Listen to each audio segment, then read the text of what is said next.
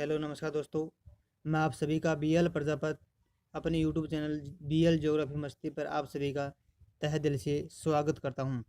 आज का टॉपिक शुरुआत करने से पहले मैं आपको बता दूं कि अगर आप पहली बार हमारे चैनल पर विजिट करें हैं तो आप इस चैनल को अपने दोस्तों के साथ शेयर कीजिएगा और ज़्यादा से ज़्यादा इस चैनल को सब्सक्राइब कीजिएगा।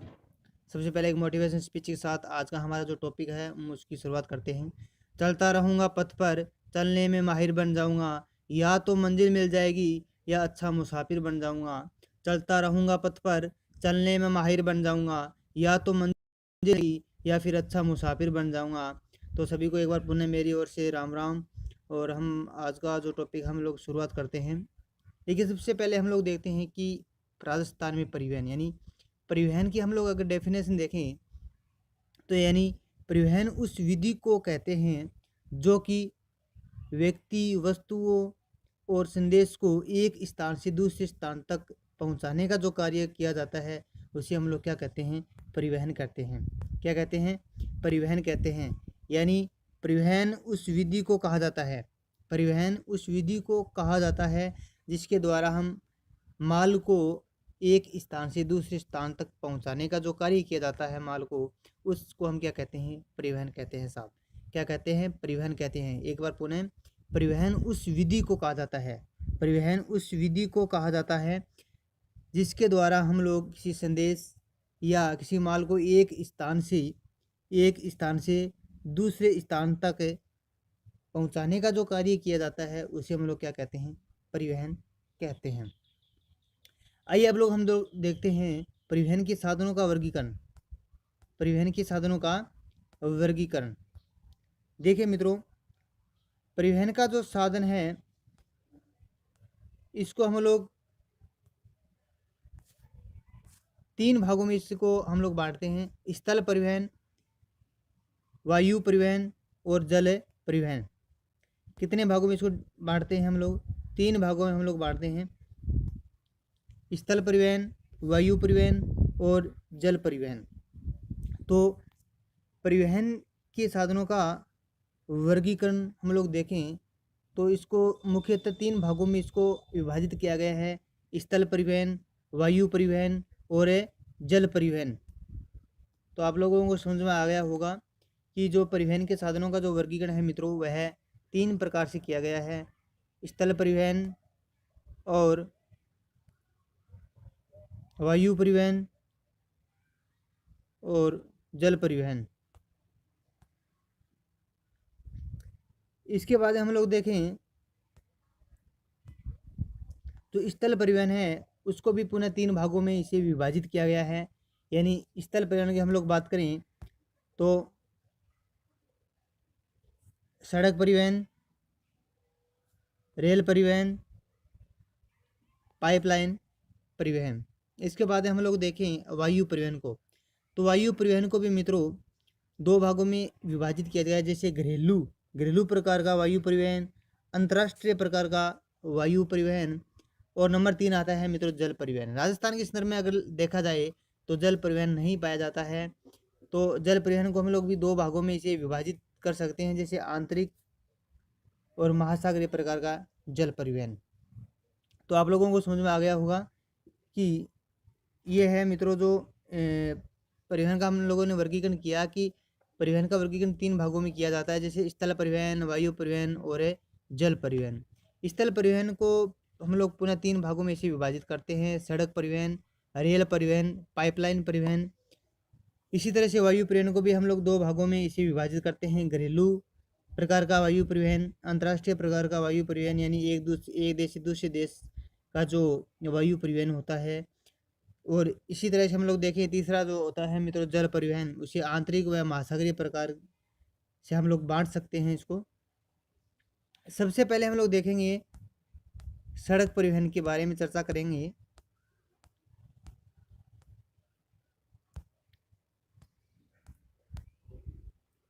देखिए मित्रों, सड़क परिवहन की हम लोग बात करें तो सड़क परिवहन को मुख्यतः 6 भागों में इसे विभाजित किया गया है। कितने भागों में? 6 प्रकार से इसको विभाजित किया गया है मित्रों। सबसे पहले हम लोग देखें तो एक्सप्रेस वे। कौन सा वे? Express way. एक्सप्रेस वे का मतलब क्या होता है? एक्सप्रेस वे का मतलब क्या होता है मित्रों? एक्सप्रेस वे का मतलब होता है इन एक्सप्रेस वे,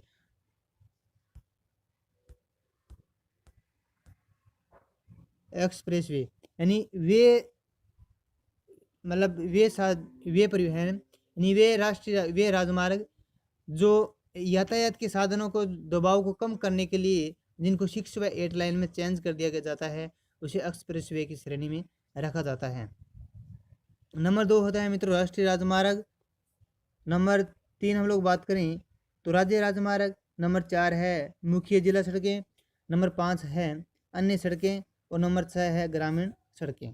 तो सड़कों का जो वर्गीकरण है मित्रों वह 6 प्रकार से किया गया है: एक्सप्रेस वे, राष्ट्रीय राजमार्ग, राज्य राजमार्ग, मुख्य जिला सड़कें व अन्य सड़कें व ग्रामीण सड़कें।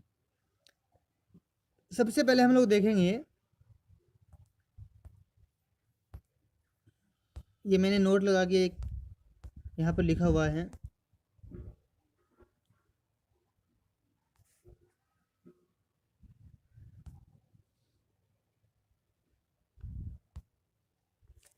कि एनएच की देखरेख, एनएच नेशनल हाईवे की देखरेख है मित्रों, यह है नेशनल हाईवे यानी देखरेख कौन करता है? नेशनल NHAI, NHAI, NHAI यानी national highway authority of India.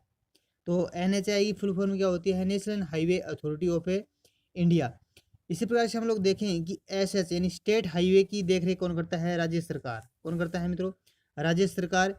इसी तरह से जिला सड़कें, जिला सड़कों की जो देखरेख होती है मित्रों वह PWD विभाग करता है। कौन करता है?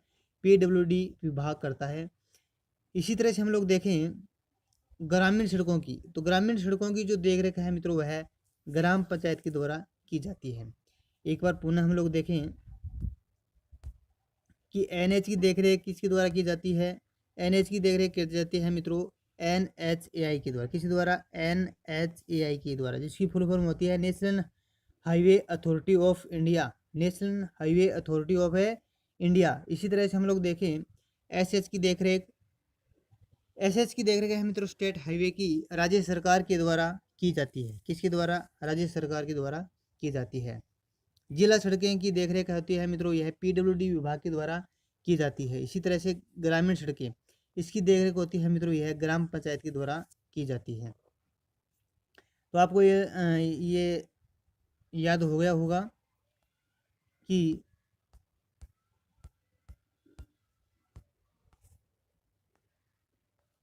सड़क परिवहन को 6 भागों में विभाजित किया गया। एक्सप्रेस वे वह होते हैं जो यातायात के साधनों के दबाव को कम करने के लिए जिनका निर्माण किया जाता है उसे एक्सप्रेस वे कहा जाता है मित्रों। और इसके बाद में राष्ट्रीय राजमार्ग, राज्य राजमार्ग, मुख्य जिला सड़कें व अन्य सड़कें, ग्रामीण सड़कें। अब हम आगे की ओर चलते हैं हम लोग। देखिए सड़कों का यह वर्गीकरण 1943 ईस्वी में नागपुर योजना में किया गया था। किसमें किया गया था?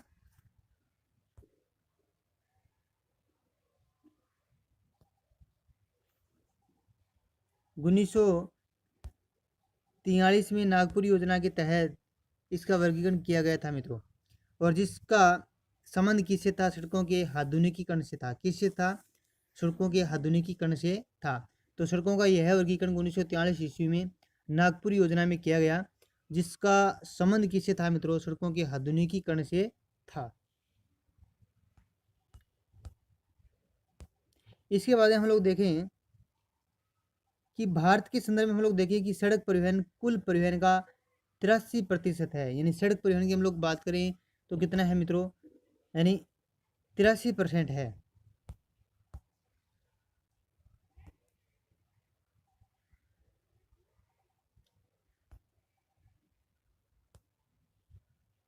कितना है?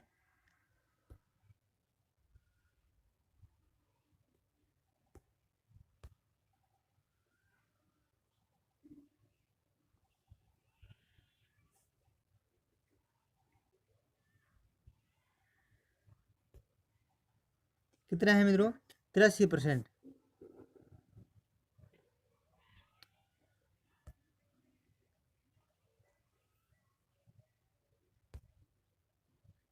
कितना है? 83%।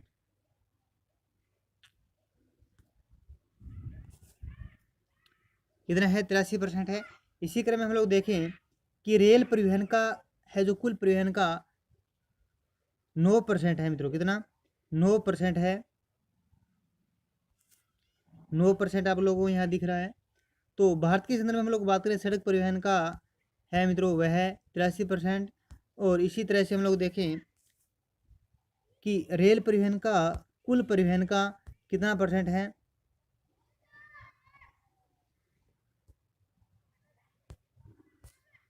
9%। और वायु परिवहन का हम लोग देखें तो कुल परिवहन का 6% है मित्रों।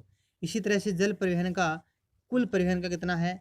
2% है मित्रों। कितना है? 2%। और वायु परिवहन का 6% और रेल परिवहन का है 9% मित्रों। इसी तरह से हम लोग आगे की ओर चलते हैं कि सड़क 20 सूत्री कार्यक्रम 1961 ईस्वी में प्रारंभ किया गया था। तो ये आपसे पूछा जा सकता है कि सड़क 20 सूत्री कार्यक्रम 1961 ईस्वी में शुरू किया गया था। तो ये आपसे पूछा भी जा सकता है कि सड़क 20 सूत्री कार्यक्रम कब इसकी शुरुआत कब की गई थी? तो इसकी शुरुआत की गई थी मित्रों 1961 ईस्वी में। इसके बाद हम लोग चलते हैं कि सड़क परिवहन मित्रों, विश्व में सड़क निर्माता मैकाडम को माना जाता है, जो स्कॉटलैंड का था मित्रों। किसको माना जाता है विश्व में? मैकाडम को माना जाता है। भारत में सड़क निर्माता शेरशाह सूरी को माना जाता है मित्रों। किसको? शेरशाह सूरी को माना जाता है मित्रों। तो विश्व में सड़क निर्माता माना जाता है मैकाडम को, और भारत में सड़क निर्माता माना जाता है शेरशाह सूरी को मित्रों। इसी क्रम में हम लोग आगे चलते हैं कि शेरशाह का जो बचपन का नाम था मित्रों वह था फरीद खां, और भारत में पहली बार सड़क निर्माता था शेरशाह सूरी ने ग्रांड ट्रंक रोड का निर्माण करवाया था, जिसे हम लोग क्या कहते हैं? जीटी रोड के नाम से जाना जाता है मित्रों। किस नाम से? जीटी रोड के नाम से जाना जाता है, जिसकी फुल फॉर्म होती है मित्रों ग्रांड ट्रंक रोड, जीटीआर। इसका निर्माण मित्रों 1540 ईस्वी में करवाया गया था। कब करवाया गया था? 1540 ईस्वी में करवाया गया था मित्रों। जीटीआर में NH1+2 का संयुक्त रूप है मित्रों। तो आपसे पूछा जाए कि जीटीआर रोड में NH1 + NH2 का क्या है मित्रों? संयुक्त रूप है। NH1 + NH2 का क्या है मित्रों? संयुक्त रूप है। इसी तरह से हम लोग देखें, जीटीआर पूर्व में पेशावर से कोलकाता तक थी मित्रों, और वर्तमान में जीटीआर रोड अमृतसर से कोलकाता तक है। अब आप लोग ये देख रहे हैं मानचित्र भारत का। इसकी हम लोग बात करें कि जो राष्ट्रीय राजमार्ग मित्रों, बात करें कि भारत का सबसे ऊंचा यानी संसार का सबसे ऊंचा NH हम लोग बात करें तो NH1D है मित्रों। कौन सा है? NH1D।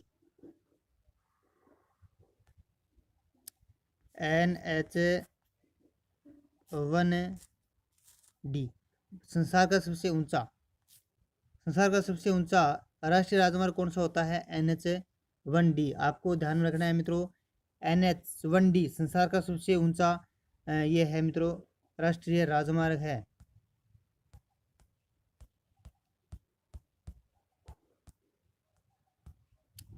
अब हम लोग देखें कि लेह से श्रीनगर को जोड़ने वाला NH है मित्रों, वह है NH1D। इसी तरह से हम लोग देखें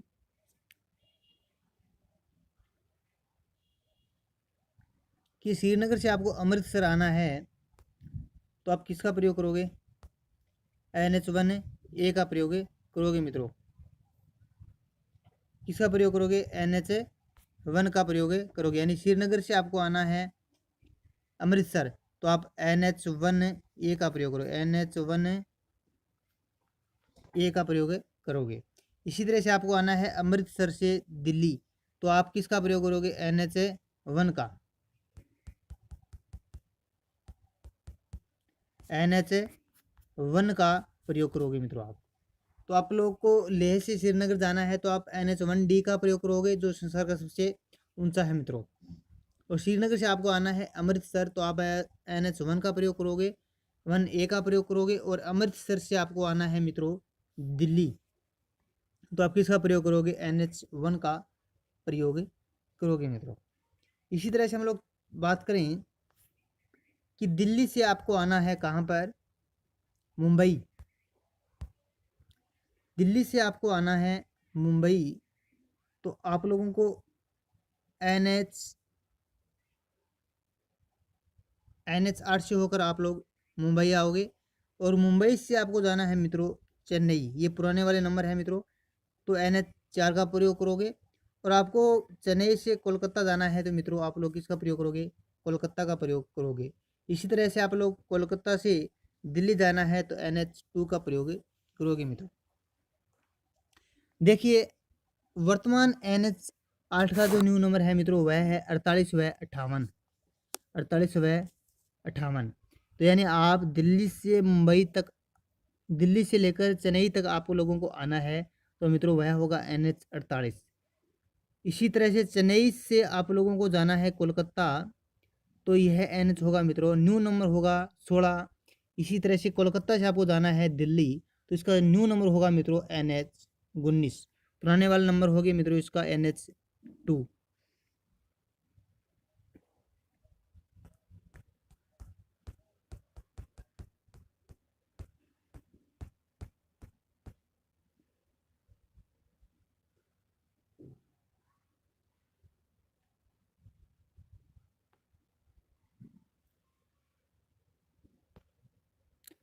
तो यानी आपको दिल्ली से आना है कहाँ पर, चेन्नई।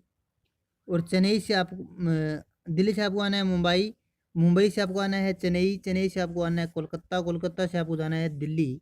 तो दिल्ली से मुंबई आने पर आप NH8 का, जिसके न्यू नंबर कितने हैं मित्रों, 48/58, 48/58। NH8 की न्यू नंबर है 48/58।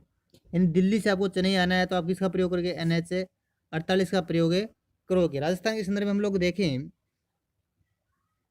तो पहले हम लोग चर्चा करें कि भी कि राजस्थान का सबसे व्यस्तम राष्ट्रीय राजमार्ग कौन सा है, तो मित्रों वह है NH8। और वर्तमान में पूछा जाए तो इसका न्यू नंबर कितने हैं मित्रों, 48। तो राजस्थान का सबसे व्यस्तम राष्ट्रीय राजमार्ग होता है मित्रों वह होता है 48। अगर ऑप्शन में 48/58 दोनों हैं तो आपको दोनों करने हैं 48 और 58। इसी के बाद हम लोग चलते हैं आगे की ओर। देखिए मित्रों NH यानी 4 लाइन एंड 6 लाइन, NH की देखरेख NHI के द्वारा की जाती है मित्रों। किसके द्वारा, NH की देखरेख है मित्रों वह NHI के द्वारा की जाती है, जिसकी मैंने आपको फुल फॉर्म बता दी है, national highway authority of India. National authority of national highway authority of India. देखिए मित्रों NHI की स्थापना 1995 में की गई थी। कब की गई थी, 1995 में की गई थी। NHAI की स्थापना 1995 में की गई थी, लेकिन वैधानिक रूप से कार्य करना कब प्रारंभ किया, 25 दिसंबर 2000 को शुरू किया मित्रों। देखिए NHAI की स्थापना 1995 ईस्वी में की गई थी, लेकिन वैधानिक रूप से कार्य करना कब प्रारंभ किया, 25 दिसंबर 2000 को प्रारंभ किया मित्रों।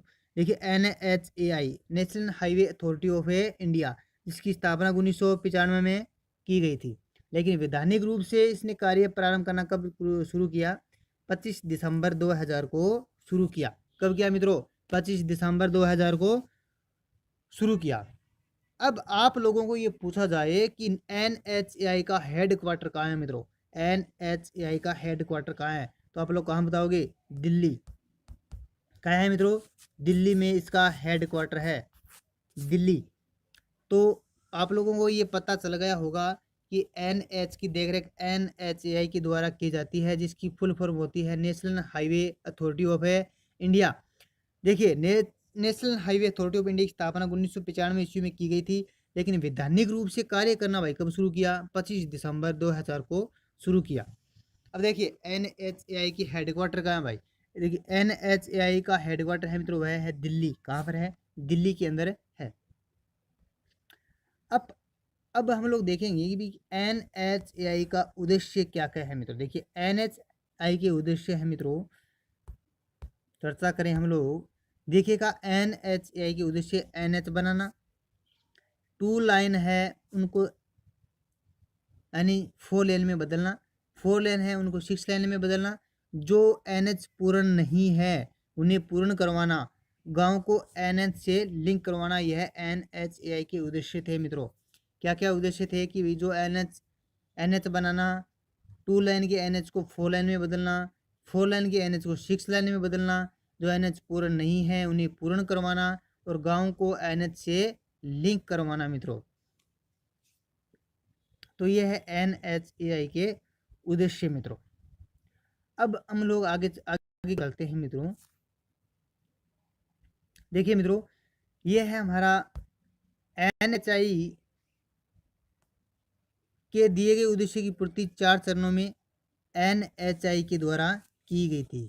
NHAI के जो उद्देश्य थे उनकी पूर्ति के लिए 4 चरणों में NHAI के द्वारा की गई थी मित्रों। पहला चरण कौन सा था? पहला चरण था मित्रों, पहला चरण था मित्रों कि स्वर्णिम चतुर्भुज योजना। इसमें महानगर की संख्या कितनी थी मित्रों? 4 थी। कौन कौन से थे? दिल्ली, दिल्ली से आपको मुंबई, मुंबई से चेन्नई, चेन्नई से कोलकाता, और कोलकाता से दिल्ली। ये आपसे पूछा जाए कि स्वर्णिम चतुर्भुज योजना का कौन कौन सा मित्रों इसमें भाग है। तो हम लोग बात करें दिल्ली, मुंबई, चेन्नई, कोलकाता। तो मित्रों दिल्ली, मुंबई, चेन्नई, कोलकाता ये 4 महानगर इसमें शामिल किए गए हैं मित्रों। और अब हम लोग बात करें दूसरा चरण की, तो पूर्व पश्चिम गलियारा यानी पोरबंदर से, पोरबंदर कहाँ है मित्रों? गुजरात को सिलचर असम को जोड़ता है मित्रों। तो पूर्व पश्चिम गलियारा है मित्रों, यह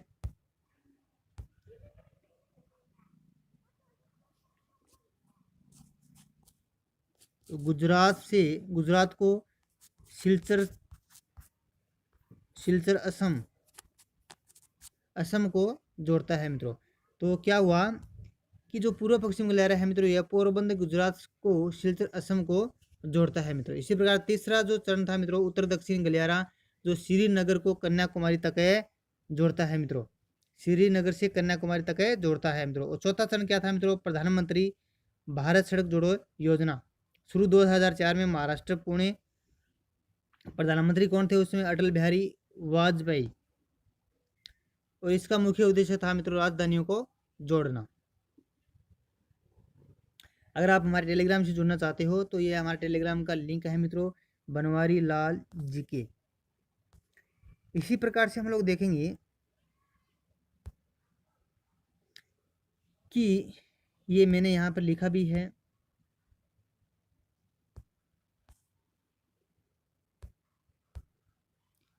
BBI यानी बोड़ो बोड़ो इम्पोर्टेंट, यानी उत्तर दक्षिण तथा पूर्व पश्चिम गलियारा उत्तर प्रदेश के झांसी में काटता है मित्रों। ये आपका उत्तर से दक्षिण गलियारा और वह पूर्व पश्चिम से पूर्व की ओर गलियारा जो एक दूसरे को काटता है मित्रों, यह यूपी के अंदर यहाँ पर झांसी, झांसी के अंदर इसको काटता है मित्रों। इसलिए इसे क्या कहता है? चौराव कहा जाता है। तो उत्तर दक्षिण तथा पूर्व पश्चिम गलियारा उत्तर प्रदेश के झांसी में काटता है, इसलिए इसे इसे भारत का क्या कहा जाता है? चौराव कहा जाता है मित्रों। अब सबसे पहले हम लोग देखेंगे राजस्थान के संदर्भ में NH-15 को मित्रों। किसको देखेंगे? NH-15 को हम लोग देखेंगे मित्रों। देखिए मित्रों NH-15, इसके न्यू नंबर कौन कौन से हैं मित्रों? NH-15 के जो नए नंबर है मित्रों वह है, NH-15 के नए नंबर 62, 11 व 68, 62, 11 व 68 न्यू नंबर है मित्रों। इसके न्यू नंबर है मित्रों। तो NH-15 पुराने नंबर कौन से हैं? 15, और नए नंबर कौन से हैं? 62, 11, 68, 62, 11 व 68, यानी NH15 को हम लोगों ने 3 भागों में इसे बांट दिया गया है मित्रों, 62, 11, 68, 62, 11, 68, 62, 11, 68। देखिए, पुराने नंबर आपसे पूछा जाए तो NH15 और नए नंबर पूछा जाए तो मित्रों 62, 11 व 68। अब हम लोग NH15 का पोस्टमार्टम करते हैं। तो NH15 का हम लोगों ने पोस्टमार्टम किया तो हमारे सामने 3 रिपोर्ट निकल के आई मित्रों। सबसे पहले NH62, उसके बाद NH11 और उसके बाद में NH68। तो अब हम लोग चलते हैं मित्रों, मैप के द्वारा हम लोग NH15 को देखेंगे। ये हमारा राजस्थान का मैप है मित्रों। NH15 होता है मित्रों, यह पंजाब पठानकोट से शुरू होता है मित्रों, और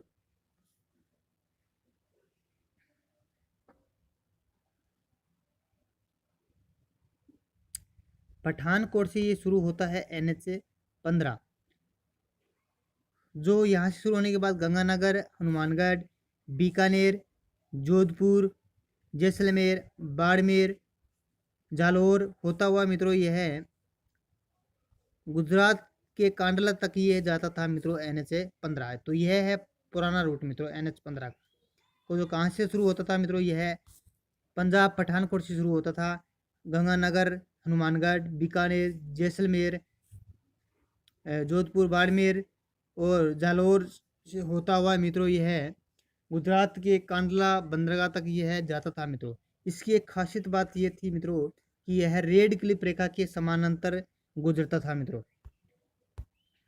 किसके समानांतर है? रेड क्लिफ रेखा के, रेड क्लिफ रेखा के समानांतर गुजरने वाला NH कौन सा होता है? NH15। कौन सा होता है? NH15 मित्रों। रेड क्लिफ रेखा के समानांतर गुजरने वाला NH कौन सा होता है? NH15।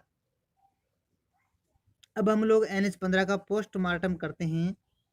NH15 का जो न्यू नंबर है मित्रों 62, 11 व 68। देखिए मित्रों, NH जो 62 होता है यह अबोर से शुरू होता है। अबोर से शुरू होने के बाद यह आता है मित्रों कहाँ? राजस्थान में प्रवेश करता है मित्रों। कहाँ प्रवेश करता है? राजस्थान में यह प्रवेश करता है। इसके बाद में यह गंगानगर जिले से होकर गुजरता है। थोड़ा सा ये हनुमानगढ़ की सीमा बनाता है और इसके बाद में यह चला आता है मित्रों बीकानेर, यानी अबोर से शुरू होता है, ये राजस्थान में प्रवेश करता है, गंगानगर जिले से होकर जिला मुख्यालय से होकर ये गुजरता है। इसके बाद में हनुमानगढ़, इसके बाद में बीकानेर तक NH62 है मित्रों। कौन सा? NH62 है। इसके बाद हम लोग देखें कि NH62 है मित्रों, यह NH15 का जो रूट होता है मित्रों इसको छोड़ दिया जाता है। उसके बाद में नागौर आता है, बीकानेर से यह आता है नागौर, नागौर से जोधपुर, जोधपुर से पाली, पाली से सिरोही पिंडवाड़ा तक NH कौन सा है मित्रों? 62। NH कौन सा होता है? 62 होता है मित्रों। तो NH62 तो अबोहर पंजाब से शुरू होता है, गंगानगर की सीमा बनाता है, इसके बाद में हनुमानगढ़ की सीमा बनाता है, इसके बाद में बीकानेर, बीकानेर से NH15 का जो रूट होता है मित्रों ये छोड़ दिया जाता है, और इसके बाद बीकानेर से नागौर आता है, और नागौर से जोधपुर आता है, और जोधपुर से पाली आता है, और पाली से सिरोही पिंडवाड़ा तक NH15 का, NH62 का मित्रों ये रूट है मित्रों। तो इसके बाद हम लोग देखें, आप इसका स्क्रीनशॉट ले सकते हो मित्रों। अब हम लोग देखें कि जो NH बीकानेर से आपको, आप लोगों को कहाँ आना है? बीकानेर से आप लोगों को आना है मित्रों, बीकानेर से आप लोगों को आना है जैसलमेर। तो ये रोड कौन सा होता है मित्रों? NH8, sorry NH11, NH11। और जैसलमेर से आप लोगों को आना है मित्रों बाड़मेर, जालौर और गुजरात कड़ोदरा तक मित्रों यह है NH68। और इससे पहले हम लोग बात करें मित्रों तो इससे पहला NH कौन सा हुआ? बीकानेर से अबोर तक NH62। तो NH15 के जो 3 टुकड़े किया गया है मित्रों, NH बीकानेर तक है मित्रों NH62, और बीकानेर से आप लोगों को आना है जैसलमेर, तो आप NH11 का प्रयोग करोगे। और जैसलमेर से आप लोगों को आना है गुजरात कड़ोदरा तक, तो आप NH68 का प्रयोग करोगे। तो इसी तरह से हम लोगों ने देखा कि NH15 का तीन टुकड़े किए गए हैं मित्रों, NH62, 11, 68, NH62, 11 व 68। तो हमारे सामने इसकी रिपोर्ट है वो निकल कर आई कि भैया NH15 का जो तीन टुकड़े किए गए हैं NH62, 11 व 68 मित्रों। तो NH62 शुरू होता है कहाँ से?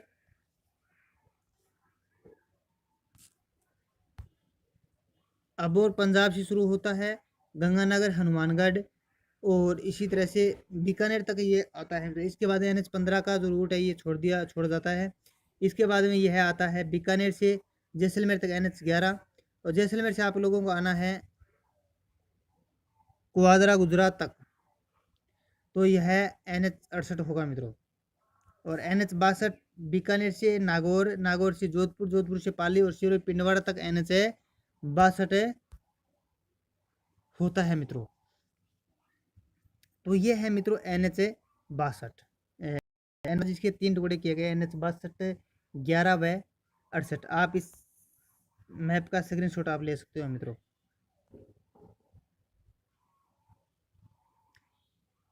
इसी क्रम में हम लोग आगे की ओर चलते हैं।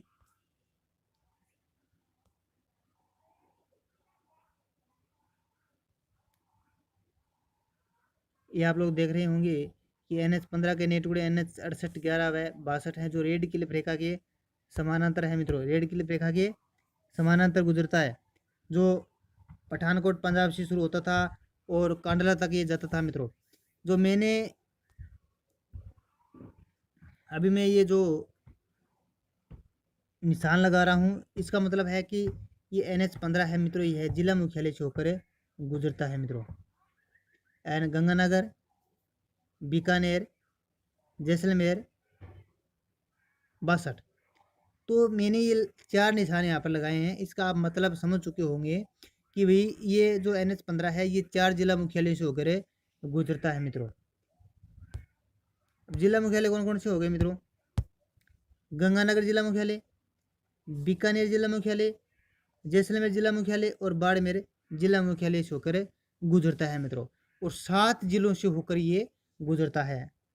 गंगानगर, हनुमानगढ़, बीकानेर, जोधपुर, जैसलमेर, बाड़मेर व जालौर, 7 जिलों से होकर ये गुजरता है और 4 जिला मुख्यालय से होकर गुजरता है। तो आप लोगों को पूछा जाए कि NH15 कितने जिलों से होकर गुजरता है, तो ये 7 जिलों से होकर गुजरता है और 4 जिला मुख्यालय से होकर गुजरता है मित्रों। पिछली बार रीट के अंदर एक प्रश्न पूछा गया था कि NH15 से संबंधित नहीं है मित्रों। तो NH15 उसमें से आपको जिला दिया गया था गंगानगर, हनुमानगढ़, बीकानेर, बीकानेर, जैसलमेर। तो इसमें जो ऑप्शन नहीं माना गया था मित्रों, उसमें हनुमानगढ़ नहीं था, क्योंकि हनुमानगढ़ के ये थोड़ा सा सीमा बनाकर चलता है। अगर ऑप्शन में हो गंगानगर, हनुमानगढ़, बीकानेर, जैसलमेर, और आपसे पूछा जाए कि NH15 से साझा नहीं, कौन सा जिला साझा नहीं करता है, तो इसमें आपका ऑप्शन होगा मित्रों हनुमानगढ़। कौन सा होगा? हनुमानगढ़ ऑप्शन में होगा। अगर ऑप्शन में हनुमानगढ़ हो, गंगानगर हो, बीकानेर हो और एक अलग जिला अलवर हो, तो उसमें आपको सही क्या करना है? अलवर। अलवर फिर में इसमें साझा नहीं करता है मित्रों। तो आपको ध्यान में रखना है कि ऑप्शन में प्रश्न किस टाइप से पूछा गया है। रीट 2017 में यह प्रश्न पूछा गया था, और इसके पहले भी रीट में NH15 से ही प्रश्न पूछे गए थे। तो पूरी संभावना होती है कि अब की बार भी रीट में जो प्रश्न पूछे जाएंगे वह भी NH15 से संबंधित ही मित्रों आपसे पूछा जाएगा कि NH15 के न्यू नंबर कितने हैं, इसकी लंबाई को लेकर आप उससे प्रश्न पूछा जा सकता है, कितने जिला है, कितने जिला मुख्यालय से होकर ये गुजरता है मित्रों। तो आप लोगों को इस प्रकार से आपसे प्रश्न पूछा जा सकता है मित्रों। तो आज हम लोगों ने पढ़ा कि जो परिवहन है उसकी डेफिनेशन क्या है, यानी माल को एक स्थान से दूसरे स्थान तक ले जाने का जो कार्य किया जाता है उसे परिवहन कहा जाता है मित्रों। उसके बाद हम लोगों ने पढ़ा कि परिवहन को 3 भागों में विभाजित किया गया: स्थल परिवहन, वायु परिवहन और जल परिवहन, राजस्थान के संदर्भ में जल परिवहन नहीं पाया जाता। और इसी के संदर्भ में हम लोग देखें तो कि यहाँ पर सड़क परिवहन के बारे में हम लोगों ने पढ़ा कि विश्व में सड़क निर्माता किसे माना जाता है, मैकडम को माना जाता है मित्रों। विश्व में सड़क निर्माता किसे माना जाता है, विश्व में मैकडम को माना जाता है, विश्व में सड़क निर्माता मैकडम को माना जाता है। और भारत की बात करें तो मित्रों तो कौन सा है, शेरशाह सूरी को माना जाता है मित्रों। शेरशाह सूरी को सड़क निर्माता माना जाता है भारत के अंदर, शेरशाह सूरी को माना जाता है। इसी प्रकार से हम लोगों ने पढ़ा कि भी NHAI की देखरेख कौन करता है, NHAI की देखरेख कौन करता है, NHAI की देखरेख कौन करता है मित्रों, NHAI national highway authority of India, जिसकी जो स्थापना है मित्रों 1995 में की गई थी। कब की गई थी, जिसकी स्थापना है मित्रों यह 1995 में की गई थी। और इसका हेड क्वार्टर कहाँ है मित्रों, इसका हेड क्वार्टर कहाँ है मित्रों, दिल्ली के अंदर। इसका हेड क्वार्टर कहाँ है, दिल्ली के अंदर। तो NHAI की स्थापना की गई 1995 में और इसका हेड क्वार्टर है मित्रों दिल्ली में।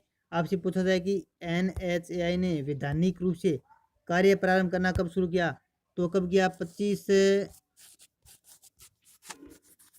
दिसंबर 2000 को। कब है, 25 दिसंबर 2000 को इसने वैधानिक रूप से कार्य करना प्रारंभ किया था मित्रों। इसके उद्देश्य क्या क्या थे कि भाई NH की देखरेख करना, NH को बनवाना, और जो NH पूर्ण नहीं है उस NH को पूर्ण करवाना, और ज़्यादा से ज़्यादा गाँव को NH से लिंक करवाना, जो NH पूर्ण नहीं है उनको पूर्ण करवाना। इसके बाद हम लोगों ने पढ़ा कि भाई NH जो है मित्रों कि NH हम लोगों ने बात की भी एक्सप्रेस वे वह होते हैं जो यातायात के साधनों के दबाव को कम करने के लिए इस वे का निर्माण किया गया, उसे एक्सप्रेस वे कहा जाता है मित्रों। यानी उसको 6/8 लाइन में चेंज कर दिया जाता है, उसे एक्सप्रेस वे कहा जाता है मित्रों। इसके बाद हम लोगों ने पढ़ा था कि भी NH 15 हम लोगों ने पढ़ा था जो पंजाब पठानकोट से शुरू होता था, पंजाब पठानकोट से ये शुरू होता है।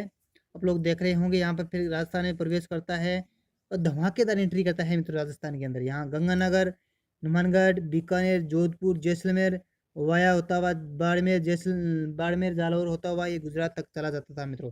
और रेड क्लिफ रेखा के समानांतर ये गुजरता था मित्रों। कौन सा, NH 15, जिसका हमने पोस्टमार्टम किया।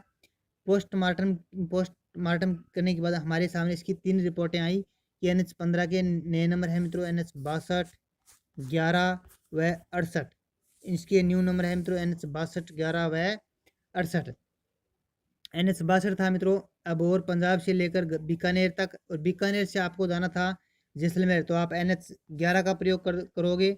और जैसलमेर से आपको गुजरात तक जाना है तो मित्रों आप NH 68 का प्रयोग करोगे मित्रों।